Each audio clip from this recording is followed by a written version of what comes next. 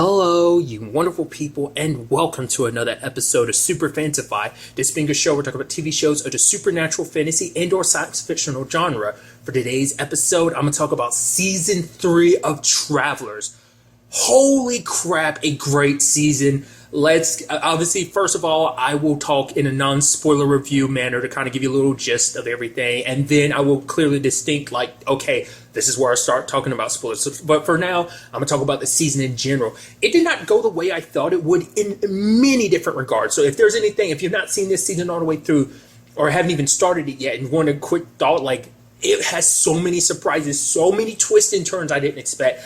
I think this has easily become maybe my favorite season so far.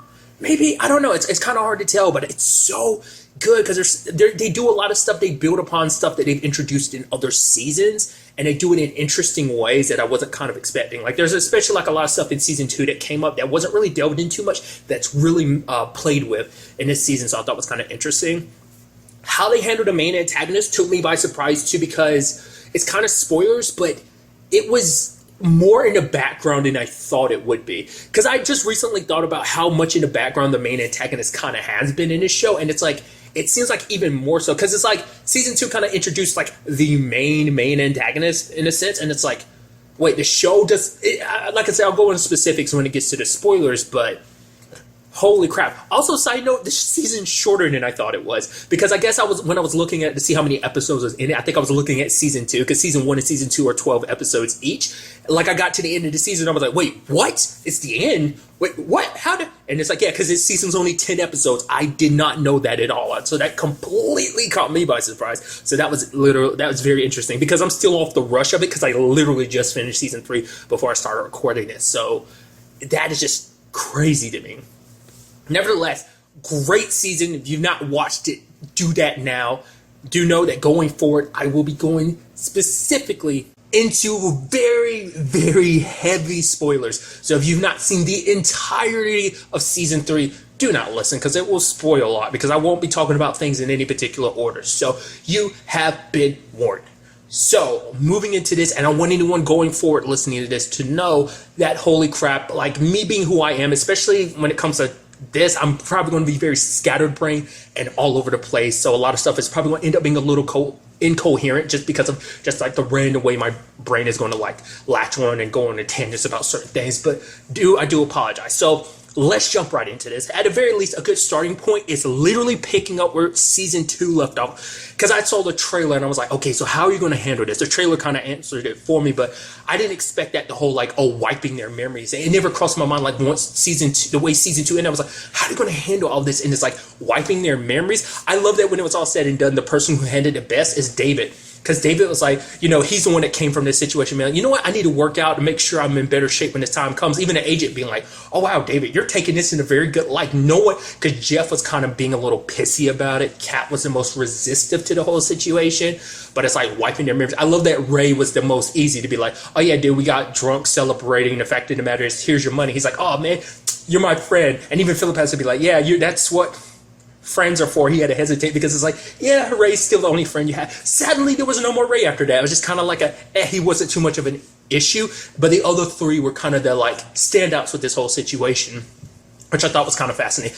I also love the fact is that Grace took this as an opportunity you care about me, Trevor. The fact of the matter is they kidnapped me because I'm important to you. And Trevor's yeah, I'm glad you were kidnapped instead of my parents. And Grace is that's the second nicest thing anyone's ever said about me. I was because I think I thought about that before. I was that's so interesting, that I always kind of felt they were going to potentially do the whole Trevor and Grace situation. So I thought that was kind of neat, kind of playing into that direction. They definitely play with it more and more as the season progresses, but I'll get to that soon enough.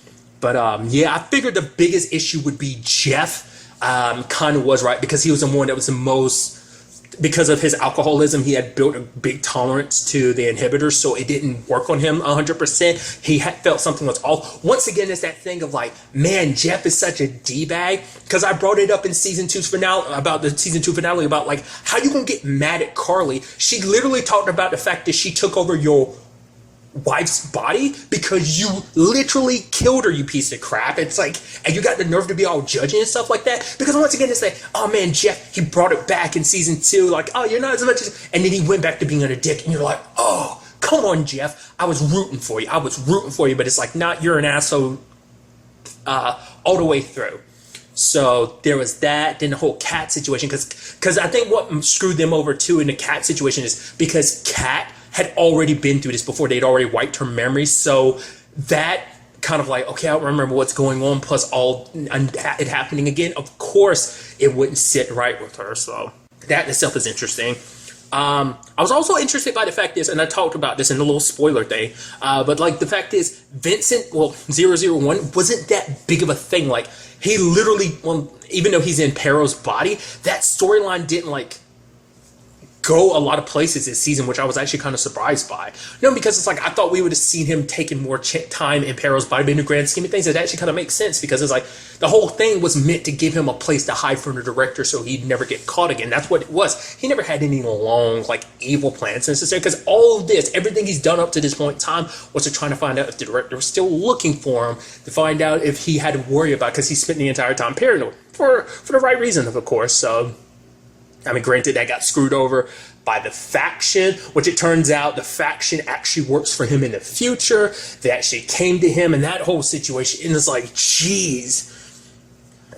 He ended up having to change bodies because Perro was so damaged. But I was like, how are you going to handle that with your son and Perro's daughter? You know, it's funny too, they don't really answer it too much. It's like, oh, they were getting relocated already, but then like they never go back to like, what happened about that situation? Because that's something you have to write yourself around to, which is interesting, because it's like, yeah, because that's going to be another stranger bringing in someone else's daughter, while also that'll be the second person that's taken over for your son. So it's just a lot and a complicated thing. So it's just kind of interesting that they didn't really give too much interesting answer to it. It's just kind of like, it's kind of happening in the background, don't worry about it type of thing. So I thought that was kind of funny.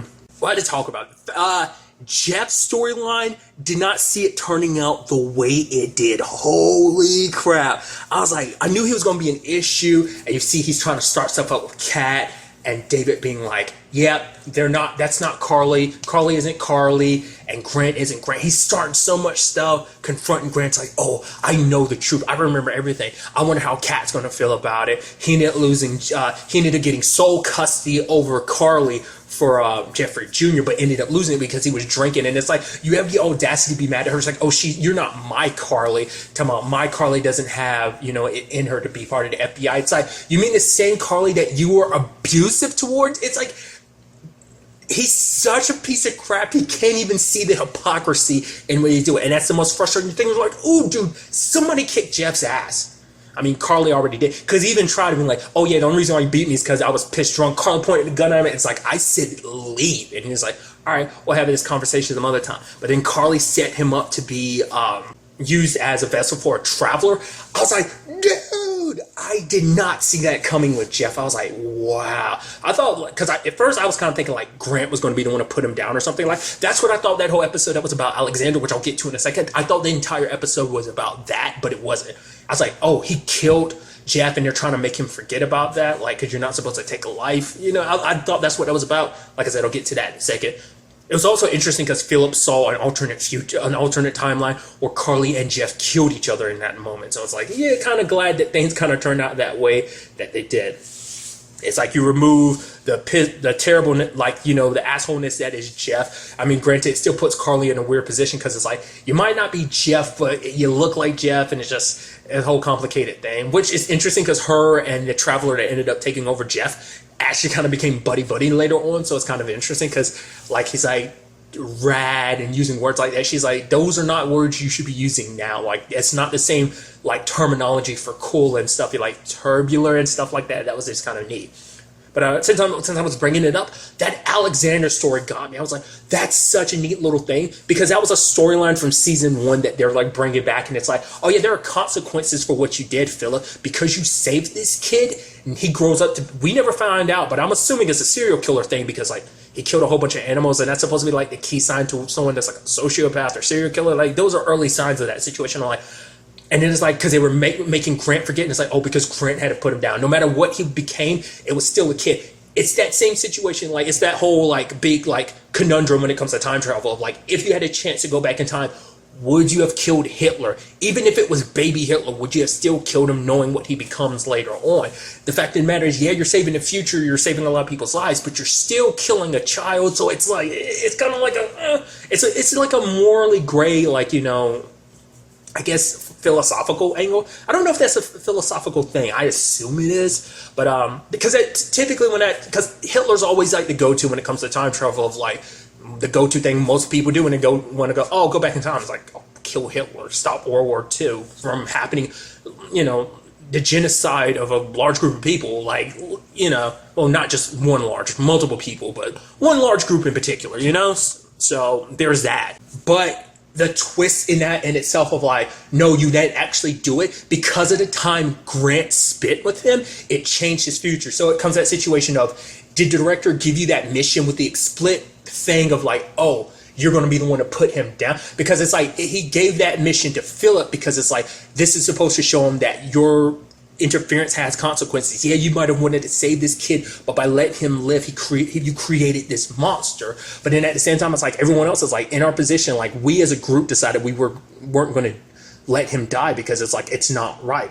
But Grant talking to him shifted his destiny. So it's like, did the director know about that ahead of time, or that change happened in that moment and be like, okay, no longer necessary? So, but it was still something that Grant couldn't live with, because for him it's like, I know I would have pulled a trigger, it would have made me feel bad, but I would have done it nevertheless, because it would have meant saving people's lives. And he felt bad about it. It's like, okay, I'll get rid of my memory. And it's like, I've never gone up against myself, is kind of the whole point that Trevor was trying to say, and like, that's what you said. We never thought this would work. It even kind of led to an interesting conversation, because like Trevor's like, oh yeah, the boss is the boss, and Carly's like, yeah, because he never gets anything wrong, which, he always gets it right, which Trevor was like, yeah, like, no, he doesn't always get it right, that is true, but I personally wouldn't want to be in his position, having to make those hard choices as the boss. So it's that whole situation. So that whole thing, and since I am talking about Carly too, it's sad, like, she never gets Jeff Jr. back the entire season. She did drop by the family that had adopted him and brought the duck and everything, which was like super sweet and cute. But other than that, like, she has to literally go the entire season not having her baby, which is kind of heartbreaking. Her and Jeff did have that heart-to-heart, like, new Jeff, after being like, oh, at least he's with a good family. So there's that, so. Then, Philip's storyline, I'm glad they built upon that whole thing. Like, two things. One, the historians do die after a while, because I was like, right, because, like, Philip was going through what I think is his second update, at least the second update that we've seen, but maybe he's gotten another one in between, like, season 2 and, the point that he got one in season 3. Because I was like, yeah, because we know they come back for multiple updates, because the lady that I talked to him last season was like, oh yeah, this is my second time. That dude right there is his third. And I was like, we see what one update has done to Philip. I mean, not taking his, well, how it messes with his head. There's at least one traveler that was there, a historian who literally was about to die because the overload was too much for his brain, and he literally got overwritten there to make sure that the host was still valuable, which just kind of shows you how the director sent you there, pumping you full of this information, because it's the only way to allow you to know the new updates to history that way. And that's still kind of sad that the historians kind of get lumped down to that, but still. But that was such an interesting thing that they played with this season, because like Philip didn't want to take his pills anymore, because for him it's like, his host is an addict and he got addicted to many different things. He got what was this thing, heroin, I think. But then it was like the eye drops last season, and now he felt like he was going to get addicted to the pills. Plus, he brought up an interesting thing that I also thought was so fascinating, because he finally told the whole team this season. I wasn't expecting him to actually tell them the truth about the whole 2H thing, because he tried to cover it up until Trevor kind of pushed it out, because he's like, oh, you're taking more drugs and stuff like that, because he's like, I've seen how this movie ends, and I've seen how this movie ends, and I don't like it. But then he finally came out and was like, okay, because of this, now I see multiple timelines. And for him, he's like, I'm actually happy about it, because now I get to be surprised as everyone else, because it's the hard part of being a historian, knowing every detail. You don't know everything, but there's a good amount of stuff that you know about not only your team, but a lot of people, because even Carla was like, that's why you stopped me with the whole Jeff situation, is because you knew that I was going to kill him. And so that becomes that thing of like, for him, it's like, I want to be surprised too, because this way I never know 100% of what's going to happen. I know the possibilities of what could happen, but I don't know the exact outcome that's going to happen in this particular timeline. So that was kind of a sad thing, but it's so interesting, because it's like so much gets affected in front of him, like especially like I think in the last episode of the season, like that was really trippy. Like it grew and grew because he went longer and longer without the medication, and so I'm curious to see what I'll get to when I get to it. But I thought that was such a fascinating aspect of the series. Then there's the whole Grant and Kat storyline. I was like, dude, she was suspicious the entire time. It's like something's not right about Grant. Her anxiety, like her brain knew something was wrong.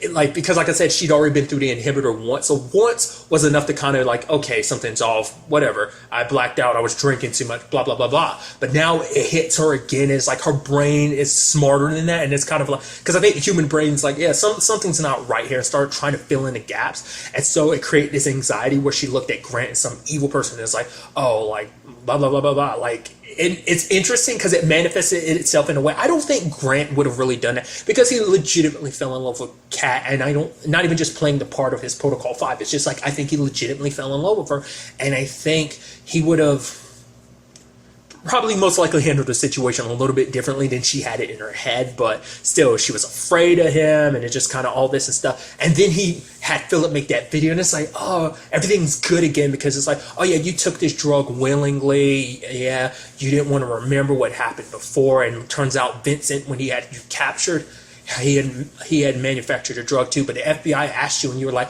I wanted to take this drug, but it's like, nah, Philip made that whole thing come together. It's like, hey, things are good until Grant slips up on some information, and Kat didn't figure everything out, but in her mind it's like, you don't remember the important stuff. You don't remember how we met. Something as simple as like how we met like 17 years ago should mean something to you, but it didn't. Like that changed everything for me, because apparently she was engaged at the time, about to get married and stuff like that, until she met Grant, and that set her life on a different path. And it's like, it wasn't because she found out that he wasn't Grant again. It was more so like, you're such a piece of shit because you forgot like this important memory. That's what pisses me off the most, which is kind of sad that things kind of got to that point. I mean, to be fair, it's like as a traveler, you don't know every in and out of, aspects of certain people's relationships, just enough to kind of get by on a day-to-day basis, I think.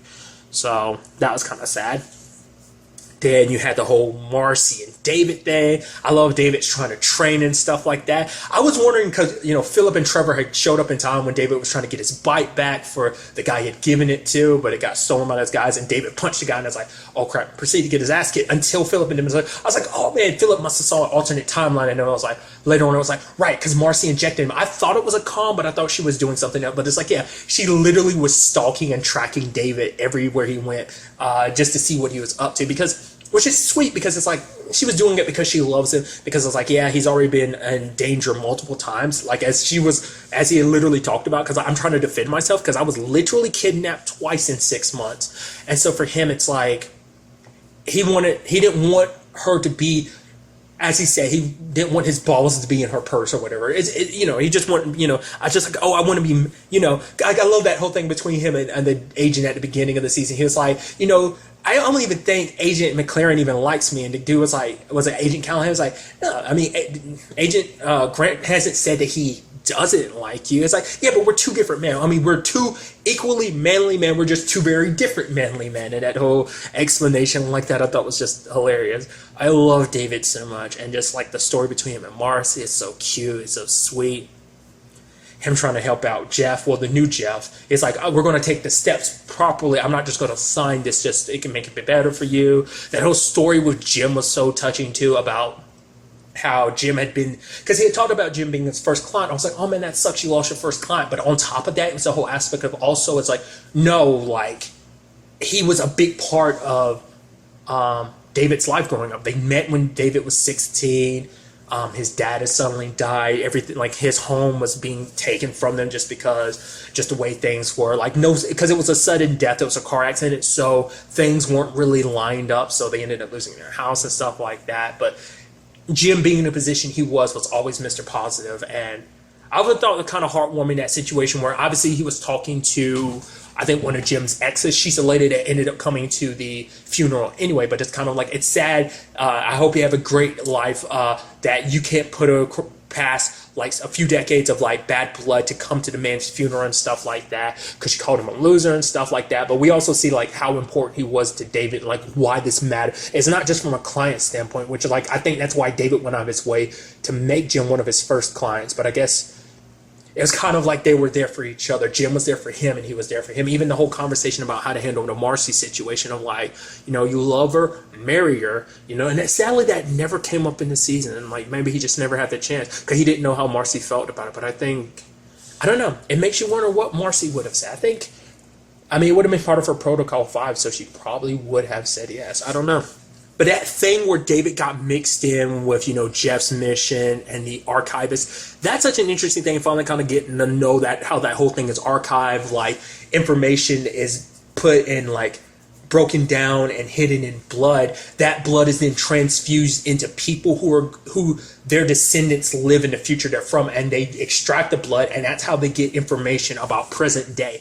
Not everything, but like the most important stuff that's needed for the director to see everything. I was like, that's such a fascinating and amazing system.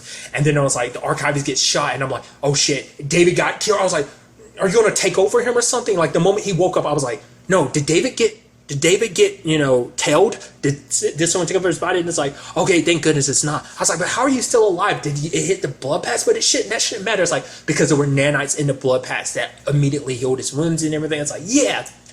And then he saved the world, saved the day, saved 50,000 lives by getting rid of that, stopping that nuclear device from going off like that. I even love it being like, wait, you can hear everything I'm saying about Marcy's little device, because he finally found out about the comm thing. And she was like, yes, he's like, can you hear what I'm thinking? And Marcy's like, focus, David. I just love that. That was kind of, that was just like, that's why I love David's character so much, just because of just like the aspect of what he brought to the show, just kind of that comedy angle, but also like that sweet aspect of just like the relationship him and Marcy had. It was just kind of like, it was good all around for them. So and him dying like that broke my heart. I was like, that is not fair. I was like, no, come on. No, it's like, find a way to make, like, because I felt like the director wasn't going to do anything. I had that feeling, but like she and everyone else was holding out hope. And I love that though, like David finally heard the truth that he's like, oh, I'll keep your secret. And he's like, Grant's like, my real name is 3648. And he's like, that's a stupid name. And it was just kind of, and then that little moment in between too, when they were all inside of his head, I guess, the nanites do that thing where they kind of take on the form of people. And he was asking all these questions about like, okay, so why do you do this and that? It's kind of like, why not tell humanity about what's going on? It's like, well, humans were, the present day people, world powers will try and take the information we have and use it for their own good. It's like, yeah, I could see power hungry people doing like that. I mean, not just power hungry people in general will try and take advantage of that information. It's like, you literally have access to knowing what's going down in the future, even have access to the technology. But David brought up an interesting thing, and I think that's going to be the setup for a lot of stuff of like, we as humans should be the one to fix it, because we know what's wrong, sure, but tell us and get us to fix it, because it's like, because that kind of creates an issue in itself. Travelers coming back in time to do this, because also the way they go about doing it, implanting themselves in people like that, even if it's people who are about to die, that's still taking a life, but it's like, oh, it's a life at the end. And I feel like they really played into like the moral aspect of that as well, of like, is it really right for you to do what you do? Because like the faction has their point of view about the whole situation. Because their whole thought is like, no, we're going to take it back so that humanity is able to do what they want to do, not following a computer, because the computer doesn't lay out everything, because humans still have to be there to make the moral choices, obviously. But the director still pave a path for like, oh, we're going this direction, so. And it was just, I just felt like the director wasn't going to do what he needed to when it comes to the David thing, kind of circling back and everything. And it's just kind of sad. It's so heartbreaking with the whole Marcy situation, because it's like, it's not fair, because it's like, that sucks. Because even Marcy was pissed. It's like, this man has literally done so much just because, and it's like, you're not going to save his life for that. How messed up is that? Because for Marcy, it's like, he was the best of us. He was the greatest example of humanity at its best, of like the good that he tried to do to the world. In fact, he saved countless lives. He's a better person than anyone in this room, and he still died. The director did nothing for him, and it's like, that's not fair. Because I'm trying not to go too depressing back to back to back. Let's try and get something a little more lighthearted. Technically it is depressing. It's the whole Trevor situation. Didn't see that coming, but we got a little more insight to his circumstances. Like basically that temporal condition he has, where it's kind of like he loses time, like he kind of loses. Because it was brought about because, for one, he was possessed by that artificial intelligence. I thought that was incredible because this ties into the Naomi situation. For one, I like that twist of like the mom knocking the dad out, and because the dad thought she was possessed. I didn't see that storyline coming, but then it's like the mom knocks him out, and then Grant's like, okay, I didn't see that coming. She's like, oh, I'm a traveler. It's like, oh, that's interesting. I didn't see that coming either. But I was thinking like, okay, because Naomi was I thought like because she was a messenger for a long period of time trying to stop like things from going wrong, I thought that's what had an effect. But it's like, no, it was an artificial intelligence that had been downloaded into her system. That's how the messenger program typically works. But in this case, it was a artificial intelligence that didn't just delete itself. It kept going, it kept growing, and eventually it was going to kill her. And I love Grace being who Grace is, and she has no tact whatsoever. And like that priest comes up and he's like, oh, I hope God works for you or something like that. And she's like, oh, how about you get a real job? And then Grant's like, Grace. And she's such, and because arguing back and forth, it's just like, yeah, Grace doesn't know when to kind of shut her mouth sometimes. So that was kind of a real kick in the teeth in that regard. So I was like, man, that was so interesting how that came about. But then it's like it got inside of Trevor, and luckily they got the AI out because like the director's like, oh, hey, you can come back to me. I'll put this little spot here where you can constantly grow. You won't be able to feel things like you are able now, but you'll be able to learn and expand much more than you could inside a human body. And so basically similar to what happened to Marcy, kind of did the same thing to Trevor to get the AI out, but that set his condition up, because it turns out like that was so interesting how they handled it too. Is like, oh, there's someone else who's ever went through the same condition that Trevor's going through now. It was his wife. We later on found out like they lived such a long life, and the last time he saw like she was cognitive, it's like they were staring at the sky, and then she went back and never came back out till she died, I think. Because they had been switching bodies so much. It happens because they switched through hosts so many times. It's kind of interesting because I'm jumping around, but the whole Jeff situation,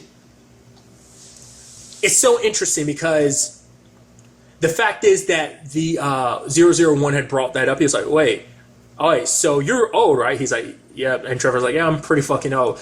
It makes you wonder, is that him thinking about, okay, like if I'm bouncing between so many bodies, eventually that's going to happen to me. Like, which I'll go ahead and talk about. That Jeff twist I didn't catch that until he started being like, oh, isn't it like he started talking on faction. I'm like, they put a faction member in. He's like, no. You're 001, like especially the way he started talking.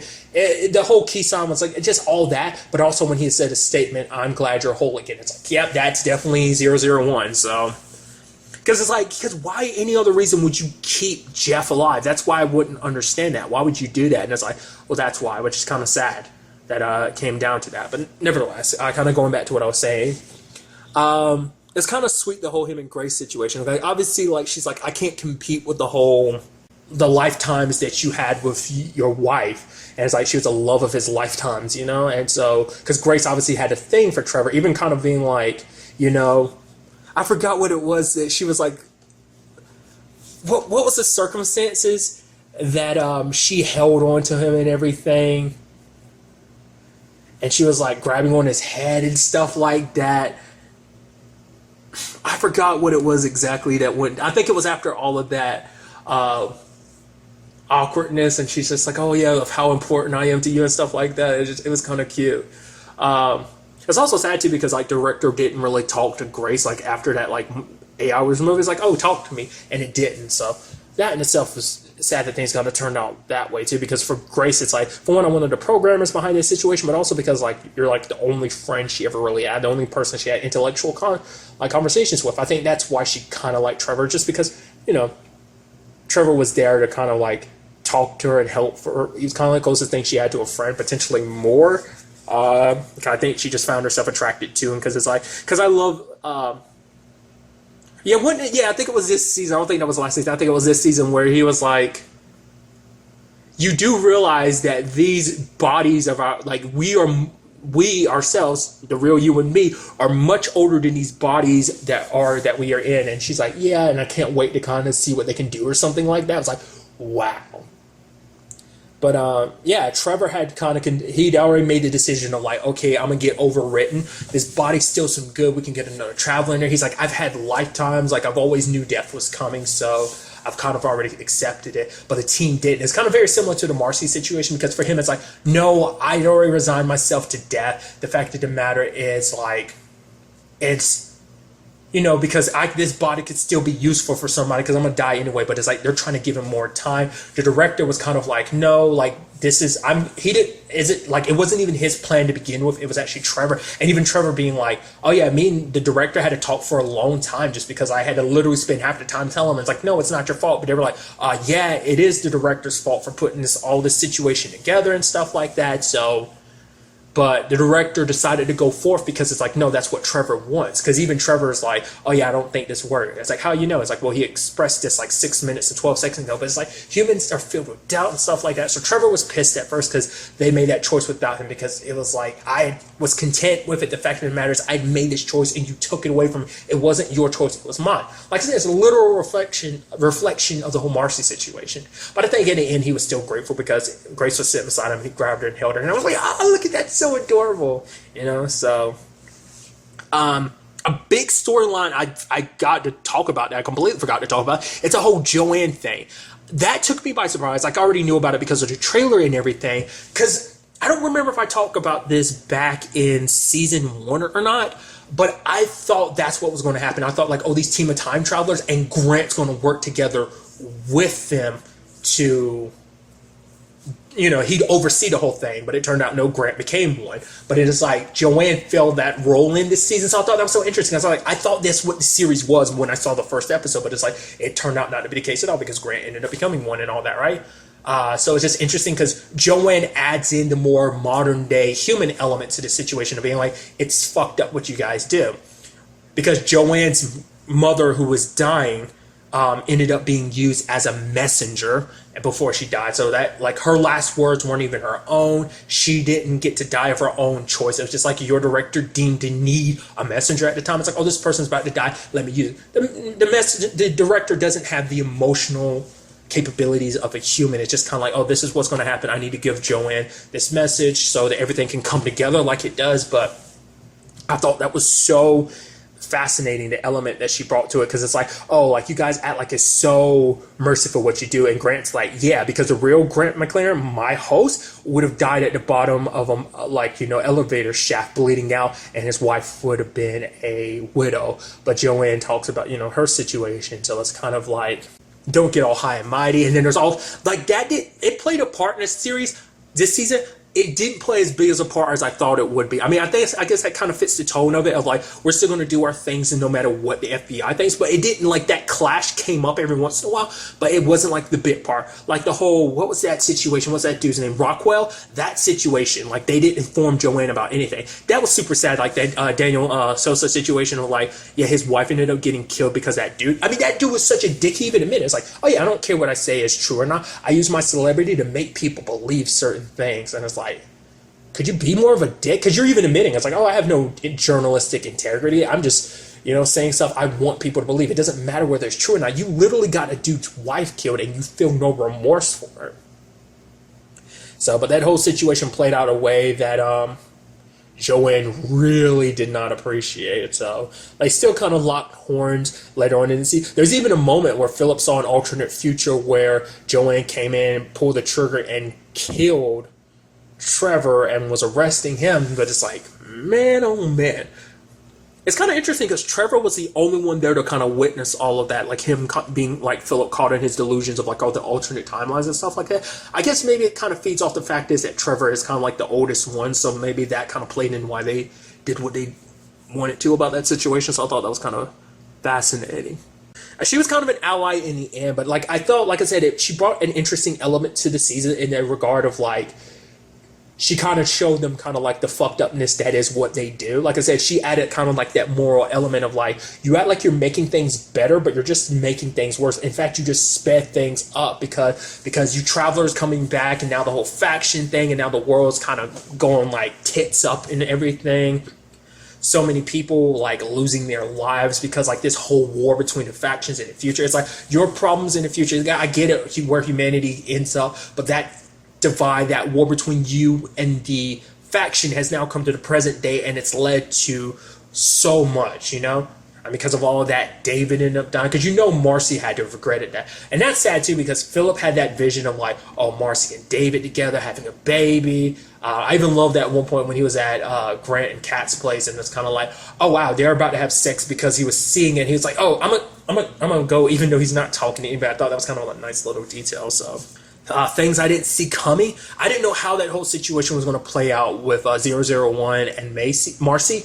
Her killing herself, I was like, no, someone come in top, and she did. I was like, because when that whole Protocol Omega thing was like, oh yeah, like the director's giving up on this timeline. It's like, oh, it could either be because like, oh yeah, because we did everything to put the Earth on the right path to the timeline, or it's like, no, things are still shit, and the director's just completely given up on this timeline, which is interesting, like, because even Grant talks about it. It's like, Helios should have been like the end all be all. It was supposed to, I mean, they kind of brought that up in season 1 of it. It was supposed to be like, that was supposed to be the big thing that kind of averted everything, because this decade was the turning point for a lot of stuff that went wrong in history. They ended up obviously repairing some of that. There was that issue that they needed those 2 math ladies, like that whole storyline. It's Christopher Heredell, because I recently was talking about that. The fact of the matter is, like, he's one of those actors I see in so much stuff, which is just interesting, because like Amanda Tapping's in the show. She played Pero. She's also directed quite a few episodes.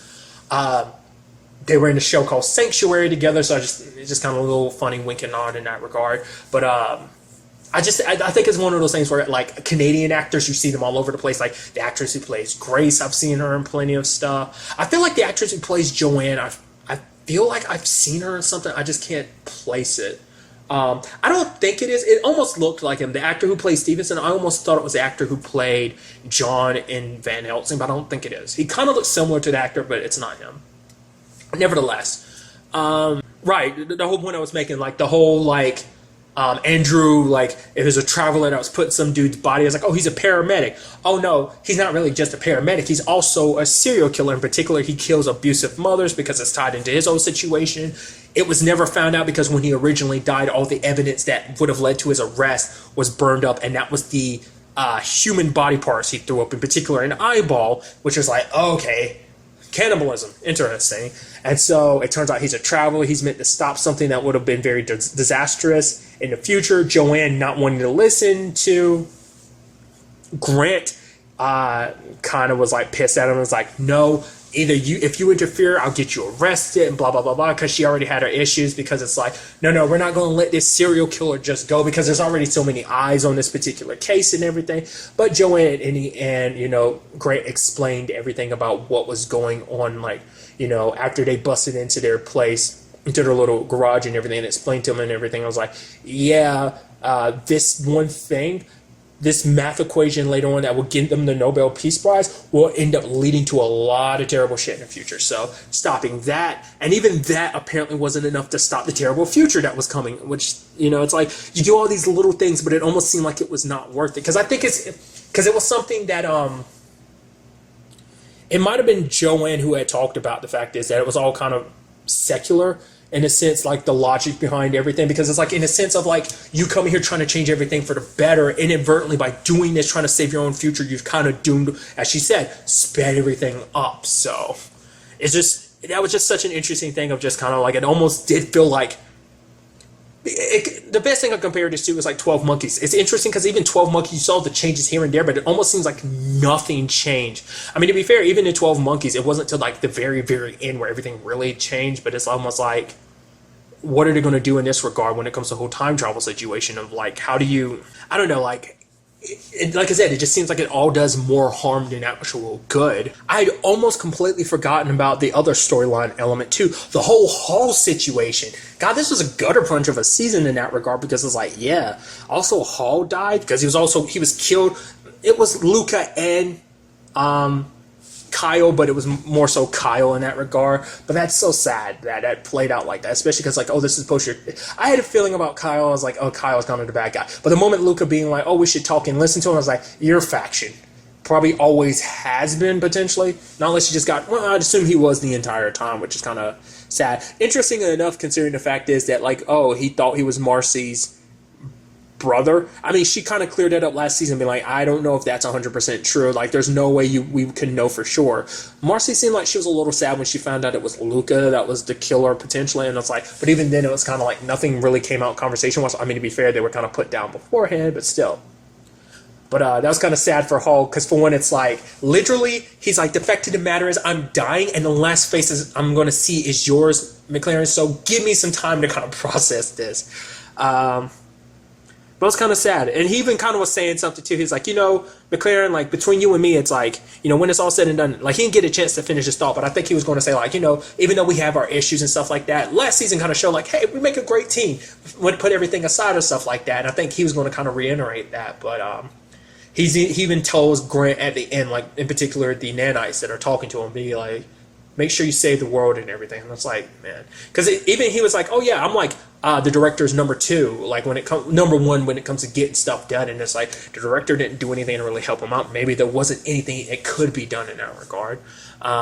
Philip being kidnapped by the faction and that whole interesting thing of, like, trying to convince him otherwise, but Philip he didn't side with them. Because for him, he looked at it as a situation of like, yeah, what we do is kind of better because of how we handled the whole traveler situation. Because like, look at you faction people. You jumped into people who weren't supposed to die yet. You murdered them. At least our situation is very different. So like I said, the distinction between how they handled everything I thought was kind of interesting. Like between like the good guy travelers and the bad guy travelers. But that whole situation, like I said, it was kind of neat and beautiful what they do, because they did that with David, they did it with Hall, but it's sad that it happened in those regards, because like, hey, like I said, Hall might have his issues and everything, but hey, last time we checked, we were kind of on good terms, because even Grant was like, yeah, try and keep him alive and stuff like that. And like I said, just David's situation is like the heartbreaking situation that it was.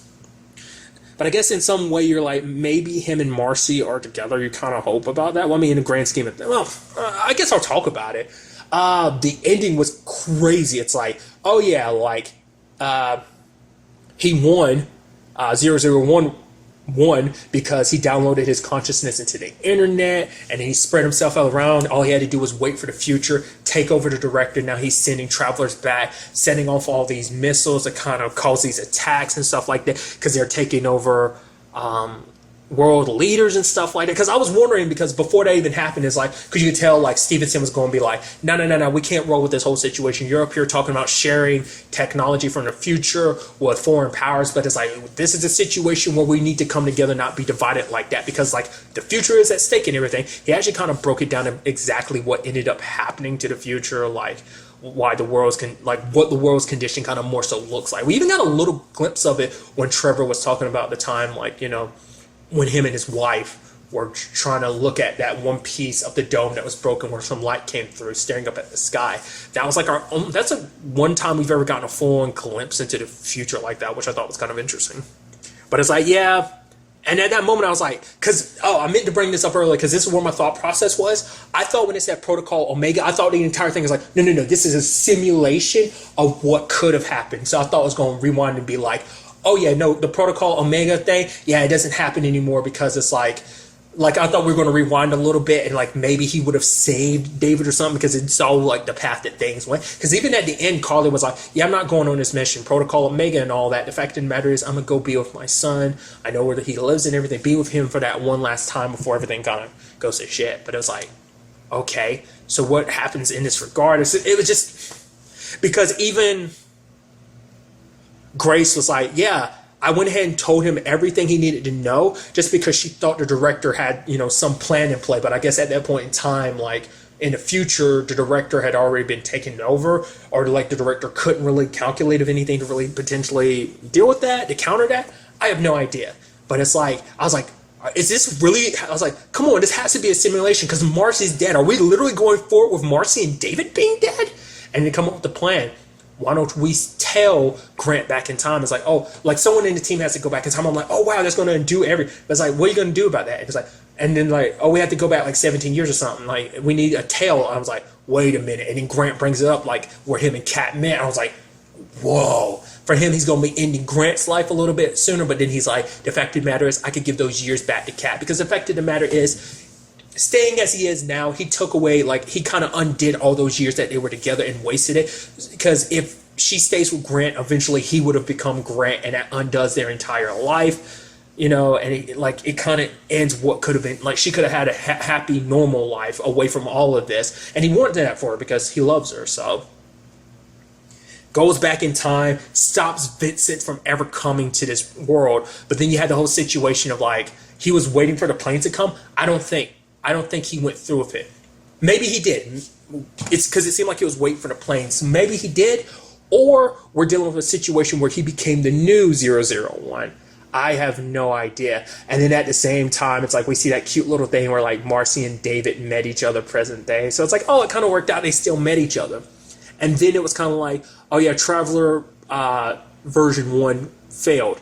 Now begin 2. And I'm like, so, and then it ended there because I was like, wait, what? That's when it really hit me. It's like, wait, I didn't know it was only 10 episodes. So now, once again, it's Netflix, so you don't really know where the seasonal situation goes on for this. But I do hope we're getting a 4th season. I'm like, I would say, where the fuck did you go from there? So I'm like, because the main antagonist has not been dealt with. The faction still exists. 001 is... Well, he might not be the issue that he was before because he's now not the antagonist. That still doesn't mean that someone else hasn't taken that spot. To be fair, all we know, Grant could have potentially. I mean, Grant believed in the whole system and everything, but he saw how it all kind of failed anyway. So for him, he might be the one to kind of step up. Once again, I thought I brought that up before. I always love it. I like the concept of, like, your protagonist becoming the antagonist over something like this. And you could easily see Grant becoming the new 001 of trying to stop because he sees, like, all the turmoil that it caused, that it didn't solve anything. But now, like, the director's running a program. So it's like, okay, so does that mean we're erasing... Because Grant doing what he did essentially erased everything that's happened over the course of the series. I mean, that's what you get with time travel shows and stuff like that. I mean, to be fair, it doesn't change something like, you tell, like 12 Monkeys, for example. It's just a great example of, it's a great time travel show if you've never seen it. But the fact of the matter is, it doesn't, that's kind of spoilers. Damn it, I can't talk about it. Jeez. And me even referencing this now with Travelers could potentially be a spoiler for 12 Monkeys. I put myself in quite the pickle with this situation. Nevertheless, like, just because it was undone doesn't mean it doesn't matter, because those, I mean, for one, Grant, depending on if he lived or not, still carried all the memories of Went Down, but it's kind of like that symbolization of, like, Marcy and David finding each other. For one, that means everything that 001 did to her, like, she found out about herself in season 2, that all got, erased. So she kind of, never ended up in the condition that she was, when we found her before she got tailed in season 1, So it's like, hey, her and David found each other. So it's like, there's some happiness to it. But then that makes me go like, wait, are we going to follow a different cast of characters going forward? Or in some shape or form will the same travelers still end up in this? Because it's all about saving the future. I don't think this is like a final season or something like that. I guess it could technically be, because I guess it's a situation of showing you just like how the director approaches everything, of being like, oh, the fact of the matter is, oh, that version didn't work. Well, we're going to try version 2. So it's like, where we're going to follow new travelers? Are there going to be references to this? Like I said, is Grant still going to be around trying to lead a new team? Or like, what's going to happen in that regard? Because the sad thing is, like, he ended up breaking things off of Kat, so Kat's off living some other life. And if he's still around, there's a chance he might bump into her. Not unless there ends up being a situation where he ends up meeting up with her, tries to be like, oh, let's pick things up, and he gets to live out the rest of his life as Grant. That'd be kind of interesting, because if I'm kind of about to say in a weird time travel thing, it could be like, oh, the Grant that we met at the beginning of season 1, instead of it being the original Grant, now it's like Traveler Grant, and then he gets overwritten by another, something like that. I don't know. Like I said, that depends on how they handle that. You know what just slipped into my mind that I didn't think about till now? I was like, why did they only show Marcy and David? Because timeline-wise, they are the only ones that don't die. Because Carly gets killed by Jeff, Trevor dies from a brain injury, and Philip dies from an overdose. So it's like, in this timeline, none of them have possessed those people. So it makes you wonder, like I said, they might end up as different, like, potentially going forward, you could have those characters being played by different actors, like the travelers that ended up possessing them. So personality-wise, like, maybe Grant steps in and is like, oh, I know you guys. Yeah, I know this, and that. About you actually work together in a different time. I don't know. Like I said, from what I saw, I feel like if this was like the final season, you would have seen final season written all over it. So, like I say, it just seems like it's kind of potentially a soft reboot in certain regards. Because, like, obviously, the faction probably doesn't exist, but it's still the situation of, because 001 never went back, the faction never got created potentially. So a lot of that ended up being kind of undone. So I don't think that even the faction is an antagonist anymore. Maybe they are, but like I said, it's kind of a soft reboot, and it's still like, oh no, the world still has to be saved. So like I said, I think going forward we'd have an entire new cast, which is actually would make this finale that much more depressing, because for one, because that means everything's undone, and that means that everyone's lives ended up the way they did, like they died the way they were supposed to potentially. Like I said, the only good thing you potentially see is like, oh, David and Marcy, because like I said, it didn't even cross my mind. I was like, oh man, they didn't show you anyone else, because literally everyone else dies in their respective situation. Because Marcy's situation changed because she wasn't in the condition she was. So she was working. She won't be working at the library. So her future changed because of what happened to 001, because he directly affected her timeline when he experimented on her like that and put her in the situation he did. So her situation is different from everyone else's, because everyone else's timelines were pretty much the way they're supposed to play out, at least that we know of. I mean, the grand scheme of ripple effects and all of that, you know, how far that reaches out.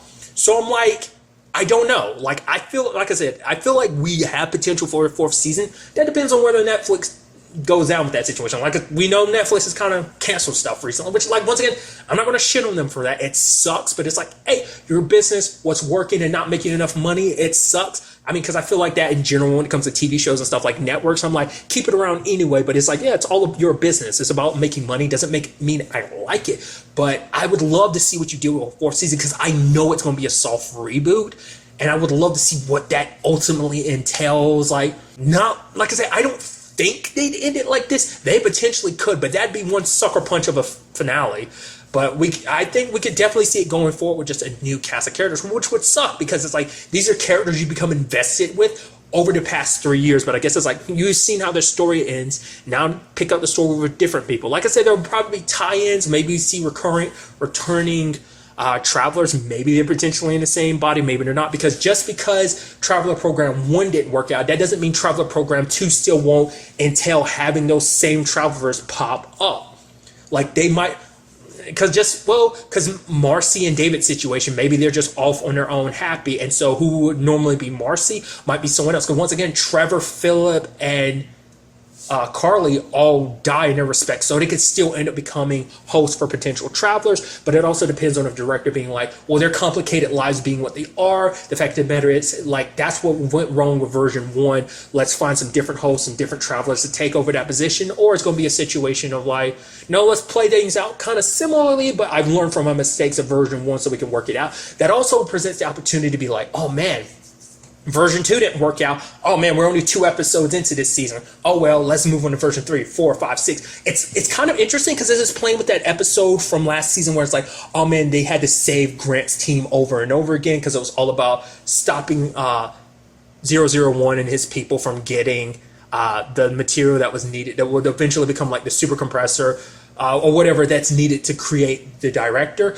So it's like they did that mission over and over again. It took 9 attempts. Well, attempts 8 and 9 working together to save them. So it's kind of like, it could be potentially something like that we'd see in the 4th season. Like I said, I have no idea. It'd be crazy to see what the show is capable of. So, yeah, I've been running my mouth off for a good while. So I think that's really kind of the gist of what I really wanted to talk about when it comes to this season. I'm sure there's a lot I wanted to talk about that I'm probably letting slip my mind right now, so that's probably going to bother the crap out of me. But for now, I think that's it. But till the next time we meet, be happy, be safe, live life to the fullest, and enjoy it. Good day and goodbye.